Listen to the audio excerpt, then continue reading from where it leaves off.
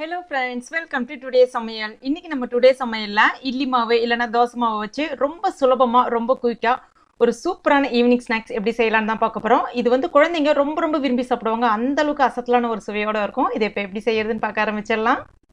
முதல்ல ஒரு கடாயில 2 டீஸ்பூன் போல நெய் சேர்த்துக்கலாம். நெய் இல்லனா எண்ணெய் கூட சேர்த்துக்கலாம் நீங்க. இப்போ நெய் நல்லா உருகி வந்த பிறகு இதுல கொஞ்சமா முந்திரி பருப்பு கொஞ்சம் பொடிசா கட் பண்ணியிருக்கேன், அதையும் இது கூட சேர்த்துக்கலாம். முந்திரி பருப்பு உங்ககிட்ட இல்லைன்னா அதுக்கு பதிலாக வேர்க்கடலையை வறுத்துட்டு மிக்சியில் ஒரு ஒன்றும் பாதியமாக வந்து பொடி பண்ணிட்டு சேர்த்துக்கலாம். இப்போ இதை பொன்னிறமாக சிவக்க வறுத்துக்கலாம். இப்போ இதில் 1 கப் போல் தேங்காய் துருகள் சேர்த்துக்கலாம். இது சரியாக ஒரு 5 டேபிள் ஸ்பூன் போல் தேங்காய் துருகள் இருக்கும். இப்போ இந்த தேங்காவை 1 நிமிஷம் நம்ம நல்லா வதக்கி விட்டுடலாம். இப்போ 1 நிமிஷம் ஆயிடுச்சு. இதில் 1/2 கப் போல் வெல்லம் சேர்த்துக்கிறேன். 1 கப் தேங்காய் துருகளுக்கு 1/2 கப் வெல்லம் வந்து சரியாக இருக்கும்.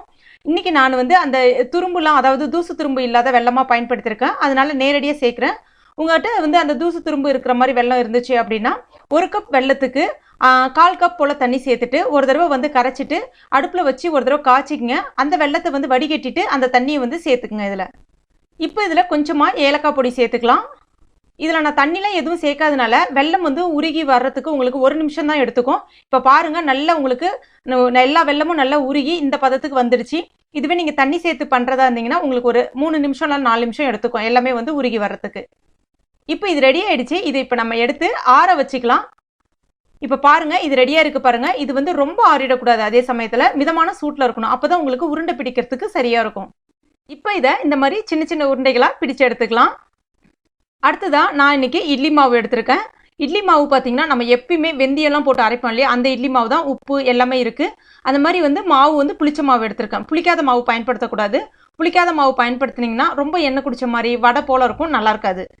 இப்போ குழிப்பணியார கல்லில் கொஞ்சம் கொஞ்சமாக எண்ணெய் விட்டுக்கலாம். ஒரு 2லேருந்து 3 சொட்டு அளவுக்கு எண்ணெய் ஊற்றிக்கங்க. இப்போ இதை நம்ம 2 மெத்தடில் போடலாம். ஒன்று வந்து பார்த்தீங்கன்னா அந்த உருண்டைகளை நேரடியாக கொஞ்சமாக மாவில் போட்டுட்டு இந்த மாதிரி ஸ்பூனால் அள்ளி நேரடியாக அந்த குழிப்பணியார கல்லில் விட்டுட்டு மறுபடியும் ஒரு 1/2 டீஸ்பூன் போல் மாவு அதில் விட்டு பண்ணிக்கலாம். இல்லை அப்படின்னா இந்த மாதிரி அங்கங்கே கொஞ்சம் கொஞ்சமாக மாவை வந்து நம்ம ஊற்றிடலாம். ஊற்றிட்டு அதுக்கப்புறம் ஒரு உருண்டைகளாக எல்லாத்துலேயும் வச்சுட்டு மறுபடியும் வந்து ஒரு 1/2 டீஸ்பூன் போல் மாவு எல்லா மேலேயும் ஊற்றிடலாம். ஊற்றிட்டா இது வந்து ரெடி ஆகிடும். இதுவே வந்து நீங்கள் டீப் ஃப்ரையாக பண்ணலாம். அதாவது நம்ம நேரடியான எண்ணெய் சட்டையில், அதாவது குழிப்பணியார கல் உங்ககிட்ட இல்லை அப்படின்னா நீங்கள் நேரடியாக எண்ணெய் சட்டையிலையும் போட்டு எடுக்கலாம். அந்த மாதிரி போடும்போது பார்த்தீங்கன்னா கொஞ்சம் எண்ணெய் குடிச்ச மாதிரி இருக்கும், ஏன்னா இது வந்து இட்லி மாவு இல்லையா.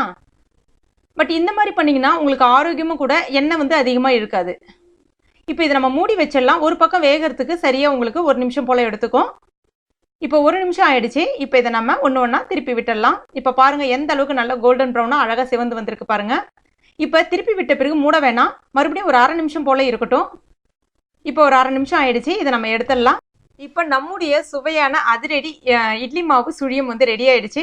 இது ரொம்ப சுலபம், ரொம்ப ஈஸி. நீங்கள் கண்டிப்பாக ட்ரை பண்ணி பாருங்கள். ரொம்ப சுவையாக இருக்கும். குழந்தைங்க விரும்பி சாப்பிடுவாங்க. மறுபடியும் செய்ய சொல்லி கேட்பாங்க, அந்த அளவுக்கு சுவையாக இருக்கும். கண்டிப்பாக ட்ரை பண்ணி பாருங்கள். ட்ரை பண்ணி பார்த்துட்டு மறக்காமல் எனக்கு கமெண்ட் பண்ணுங்கள்.